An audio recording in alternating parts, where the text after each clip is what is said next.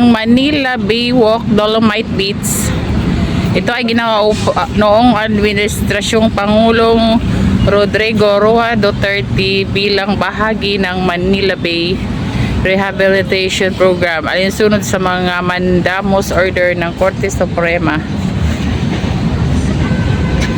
Ang Dolomite Beach ay may habang 500 metro at lapad na 60 metro na may tinatawag na geoengineering interventions. Nilalayo nitong linisin at isaayos ang dating dagat ng basura at mabahong bahagi ng baywalk ng Manila Baywalk upang maging masigla at malinis na kapaligiran sa baybaying ito kung saan matatamasa ng mga Pilipino ang simoy ng dagat, ang puting buhangin at ang sikat ng paglubog ng araw sa Manila Bay. Ang pagkakagawa ng Dolomite Beach ay sinimula noong 2019 sa panahon ni Secretary Roy E.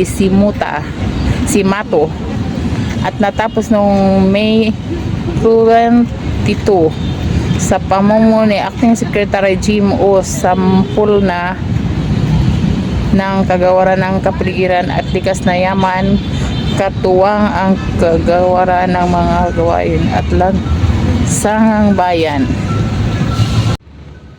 Madamos Agencies.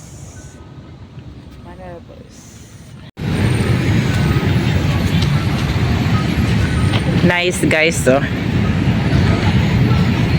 Manila Dolomite.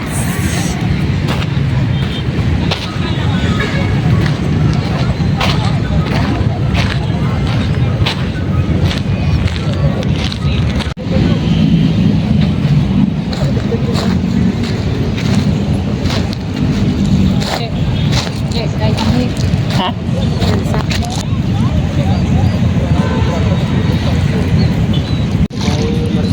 May mga isda guys.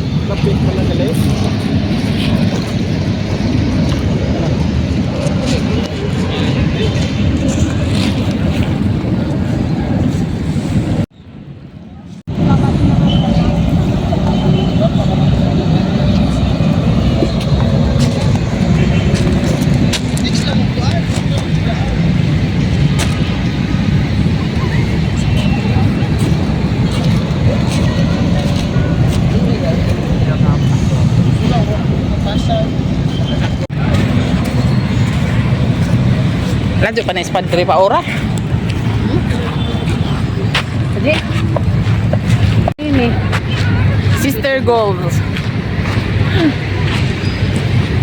Kaya tawagan mo kaya Agad ang dali magtabi-tampay nagkahapon no.